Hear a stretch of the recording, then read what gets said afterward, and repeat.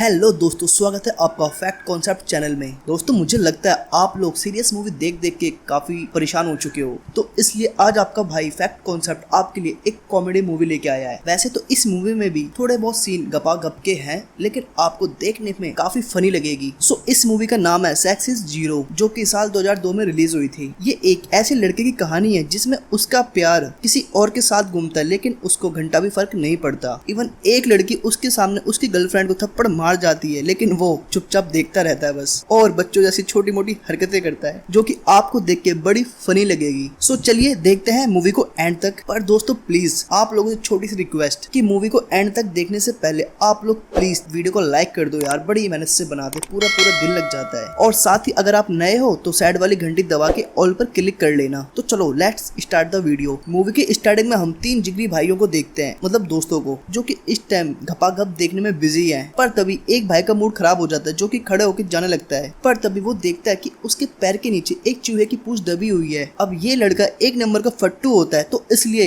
ये लड़कियों की तरह चिल्लाने लगता है और इधर उधर भागने लगता है। और चूहे को देखकर वो दोनों लड़के भी यहाँ वहाँ भागने लगते हैं, बेड पे चढ़ने लगते हैं, चीजों को फेंकने लगते हैं। पर तभी हमारा शेरू भाई एनसिक उस चूहे को पकड़ लेता है और उसे उठा के उनके सामने अपनी बहादुरी दिखाता है, और साथ ही वो ऐसा दिखाता है जैसे वो उसको खा जाएगा। पर जैसे ही उसने चूहा ऊपर करके पकड़ा हुआ था कि तभी पीछे से कोई दरवाजा खोल देता है और वो चूहा उसके मुंह में गिर जाता है और वो चूहा गलती से खा जाता है। फिर हम लोग देखते हैं कि ये सभी लड़के अपने स्कूल की कैंटीन में खाना खा रहे होते हैं कि तभी हमारा शेरू भाई मतलब एनसिक अपनी खाने की प्लेट लेके उनकी टेबल पे आता है। पर अब उसके दोस्त उसके चूहे खाने की वजह से उससे थोड़ी सी घृणा करने लगे थे, तो इसलिए वो अपनी प्लेट लेके दूसरी टेबल पे बैठ जाते हैं। पर एनसिक को इससे भी कोई फर्क नहीं पड़ता, जिसको जहाँ जाना है वहाँ चला जाए। फिर वो अपने खाना खाने में मस्त हो जाता है। पर तभी उसे एक सामने टेबल पे कुछ लड़कियों का झुंड दिखाई देता है, जो कि आपस में कुछ बातें कर रही होती हैं। पर तभी एक लड़की कुछ बोलते समय दूसरी लड़की पर अपने मुंह का खाना फेंक देती है, जिसे देखकर बाकी लड़कियां बहुत हंसती हैं। और तभी उनमें से एक हॉट एंड सुंदर लड़की पर एनसिक भाई की नजर पड़ती है, जो कि उसको नीचे से ताड़ रहे थे, और ये चीज वो लड़की भी देख लेती है। तो इसलिए वो भी एनसिक भाई को सपोर्ट करते हुए एकदम से सब कुछ दिखा देती है। और ये देख के एनसिक भाई थोड़ा सा चौंक जाते हैं और चुपचाप गर्दन नीचे करके बाहर आ जाते हैं। वैसे आपको बता दूं, इस लड़की का नाम अनायु है। फिर हम देखते हैं कि अनायु और उसकी फ्रेंड भी बाहर आ जाती हैं, और वो आपस में एनसिक का मजाक बनाते हुए उसके सामने से निकल जाती हैं। और ये सब कुछ एनसिक भी देख रहा था। फिर तभी हमारा शेरू भाई अपनी जिगरी दोस्तों के पास पहुंचता है, जहां वो उनसे पूछता है कि ये ब्लू ड्रेस वाली लड़की कौन है हमारे स्कूल में, जिसे मैंने आज तक नहीं देखा। कि तभी एनसिक का दोस्त एनसिक को बताता है कि ये हमारे स्कूल में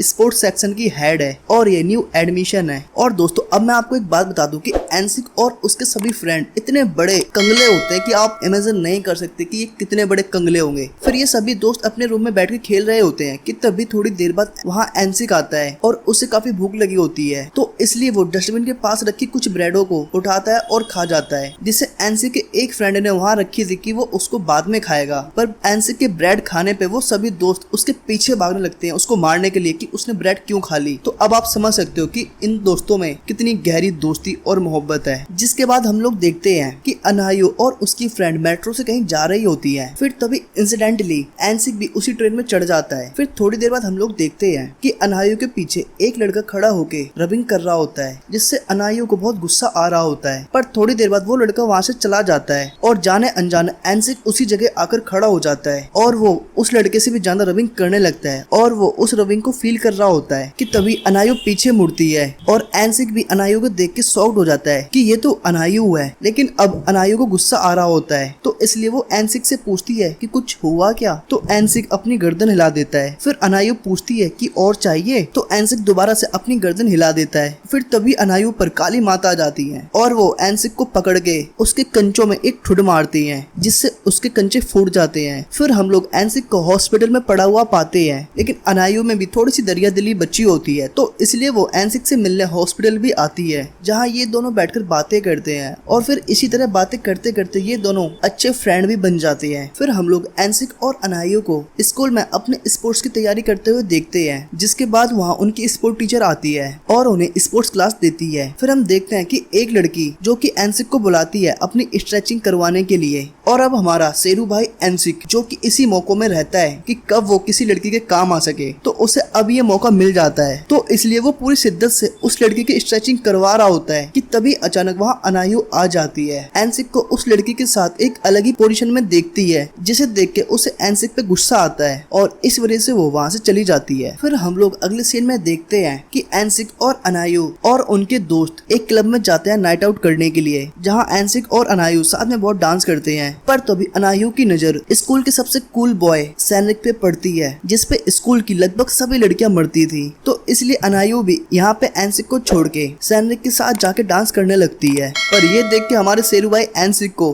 बिल्कुल भी फर्क नहीं पड़ता कि उसकी गर्लफ्रेंड या फ्रेंड किसके साथ डांस कर रही है। जिसके बाद हम लोग देखते हैं कि अनायु और सैनिक के सभी फ्रेंड्स एक टेबल पर बैठ के बात कर रहे होते हैं कि तभी उनमें से एक लड़की सैनिक से पूछती है कि क्या बात है, तुम आज क्लब अपनी गर्लफ्रेंड के साथ नहीं आए? तो सैनिक बोलता है कि आज मैं फुल एंजॉय करने आया हूँ, तो इसलिए अपने दोस्तों के साथ आया हूँ, और वैसे भी मेरी गर्लफ्रेंड मेरे दोस्तों से बढ़ के नहीं है। तो लड़कों, आपको क्या लगता है कि सैनिक ने ये बात सही कही है या फिर गलत? और आप लोगों की लाइफ में आपके दोस्त इंपोर्टेंट है या फिर आपकी गर्लफ्रेंड? कमेंट में जरूर बताना। हम भी तो देखें हमारे देश के लड़के क्या डिजर्व करते हैं। फिर अगले दिन स्कूल में एनसिक और अनायु अपना वर्कआउट कर रहे होते हैं कि तभी वहाँ एक लड़की आती है जिसका नाम जेवी होता है, और यही लड़की सैनिक की गर्लफ्रेंड थी, जो कि कल रात सैनिक के साथ क्लब नहीं गई थी। पर जेवी यहाँ आके अनायु को एक जोरदार थप्पड़ मारती है। पर अब अनायु भी एक स्पोर्ट वुमेन होती है, तो इसलिए वो हल्की नहीं पड़ती, तो वो भी एक सूत के थप्पड़ मारती है जेवी को। और ये सब कुछ एनसिक खड़े होकर वहाँ देख रहा था। फिर जब जेवी वहाँ से चली जाती है तो जरा आप शेरू भाई एनसिक को देखो, ये अनायु से कैसे बातें कर रहा है। आपको हंसी आ रही है ना? मुझे तो आ रही है। फिर ये उसे थोड़ी सी सहानुभूति देके जाके चुपचाप अपना वर्कआउट करने लगता है। देख सकते हो आप इसका वर्कआउट कि क्या कर रहा है अभी ये। जिसके बाद वहाँ सैनिक आता है और वो आके अनायु को गले लगाता है और वो उसे अपने साथ अपने रूम पे ले जाता है, जहाँ ये दोनों लोग प्यार की मदोसी में खो जाते हैं। पर हमारे शेरू भाई एनसिक ये उनके रूम के बाहर खड़े होके कान लगा के उनकी प्यार भरी आवाजों को सुन रहे थे और खुद हाथ से काम चला रहे थे। पर तभी प्यार के बीच में अनायु को प्यास लगती है, तो इसलिए वो बोतल लेके बाहर फिल्टर के पास पानी भरने आती है। फिर तभी उसे किसी के आने की आवाज सुनाई देती है, तो इसलिए वो भाग के रूम में जाती है। पर वो देखती है कि सैनिक ने रूम को अंदर से बंद कर लिया है, तो इसलिए वो जल्दी से छुपने के लिए सामने वाले रूम में घुस जाती है, जो कि हमारे शेरू भाई एनसिक का ही रूम होता है। और ये अपने रूम में अनायु और सैनिक के प्यार की आवाजों को अपने दिमाग में रिकॉर्ड करके अपने हाथ से काम चला रहे थे। पर जैसे ही अनायु एनसिक के रूम में घुसती है तो अनायु एनसिक को उसी पोजीशन में देख लेती है और ये दोनों एक दूसरे को शर्म भरी नजरों से देखते रहती है। फिर नेक्स्ट सीन में हम लोग देखते हैं कि अनायु अपनी बड़ी सिस्टर के साथ बात कर रही होती है, जहाँ हमें पता चलता है कि नेक्स्ट वीक अनायु का बर्थडे है। जहाँ दूसरी तरफ हमारा शेरू भाई एनसिक अनायु को सैड करने के लिए उसके बर्थडे पे उसे एक महंगी रिंग गिफ्ट करने का डिसाइड करता है। पर बेचारे के पास इतने पैसे नहीं होते कि वो उसे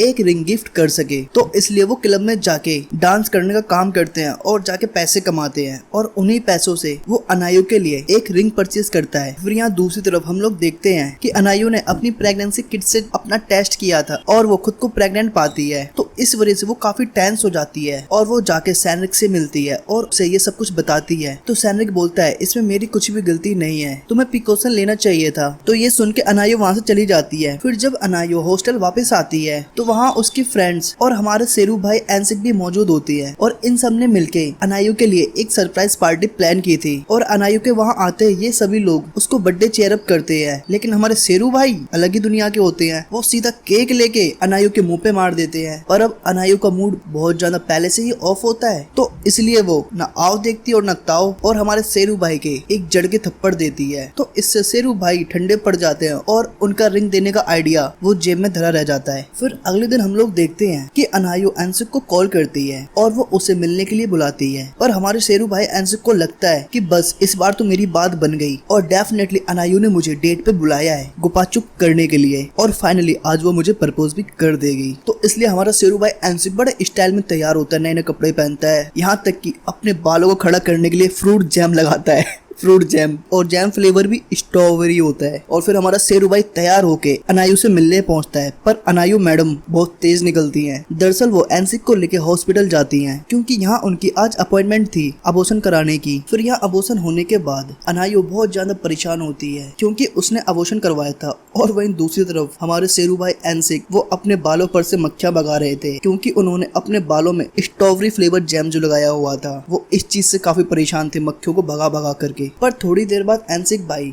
थोड़े सीरियस होते हैं और वो अनायु की काफी केयर करते हैं। वो एक गीले कपड़े से अनायु की बॉडी साफ करते हैं, फेस साफ करते हैं और ये देखकर अनायु भी एनसिक को लेके थोड़ा इमोशनल होती है। जिसके बाद हमारे एनसिक भाई अनायु को हंसाने के लिए काफी नए तरह के फनी सीन क्रिएट करते हैं, लेकिन अनायु खुश होने की वजह काफी सैड हो जाती है और रोने लगती है। फिर नेक्स्ट सीन में हम लोग देखते हैं कि एनसिक भाई के शो प्रेजेंटेशन की बारी आती है। तो एनसिक और उसकी पूरी टीम अपना शो प्रेजेंट करते हैं, जहाँ एनसिक भाई नीचे लेटे होते हैं और उनके पेट पे कुछ ब्रिक्स रखी होती है और दूसरा आदमी उनको हैमर से तोड़ता है। पर तभी एनसिक को सामने से अनायु आती हुई दिखाई देती है और ये देखकर एनसिक भाई खड़े हो जाते हैं और वो दूसरा आदमी उसी समय हैमर मार देता है, जो कि ईंटों की बजाय एनसिक के सिर पे लग जाता है और तभी हमारे शेरू भाई एनसिक बेहोश हो जाती है। फिर नेक्स्ट सीन में हम लोग देखते हैं कि अनायु के भी एरोबिक चैंपियनशिप की बारी आ चुकी थी, तो इसलिए वो भी अपना प्रेजेंटेशन शो करती है। फिर थोड़ी देर बाद एनसिक भी ठीक होके अनायु का शो देखने वहाँ आता है, पर वो अंदर घुसने की कोशिश करता है, तो इसलिए वहाँ खड़े गार्ड उसे पकड़कर बाहर निकालने लगते हैं और ये सब कुछ अनायु देख रही थी। फिर जब शो खत्म करने के बाद अनायु वॉशरूम जाती है, तो पीछे पीछे एनसिक भी अनायु से मिलने के लिए उसके पास जाता है। पर हम लोग देखते हैं कि अनायु का अभी रिसेंटली ही अबॉर्शन हुआ था और वो उससे पूरी तरह रिकवर नहीं हुई थी और इसके बावजूद भी इसने अपना डांस परफॉर्मेंस दिया, जिस वजह से उसके अब हैवी ब्लीडिंग हो रही थी। और अनायु को इस हालत में देख के एनसिक भी काफी रोने लगता है और उसे उठाकर हॉस्पिटल ले जाता है। फिर जब अनायु का हॉस्पिटल में ट्रीटमेंट चल रहा था, तो वेटिंग एरिया में बैठे हमारे शेरू भाई एनसिक को बहुत गुस्सा आ रहा होता है, तो इसलिए वो सैनरिक के पास जाता है, जो कि अपने दोस्तों के साथ मजे से पार्टी कर रहा होता है। और हमारे शेरू भाई इस बार सचमुच शेर बन जाते हैं और वो सैनरिक को उसके दोस्तों के सामने कॉलर पकड़ के कोने में खींचते हुए ले जाते हैं और दबादब मारते हैं। और इसी शानदार सीन के साथ इस मूवी का यही एंड हो जाता है।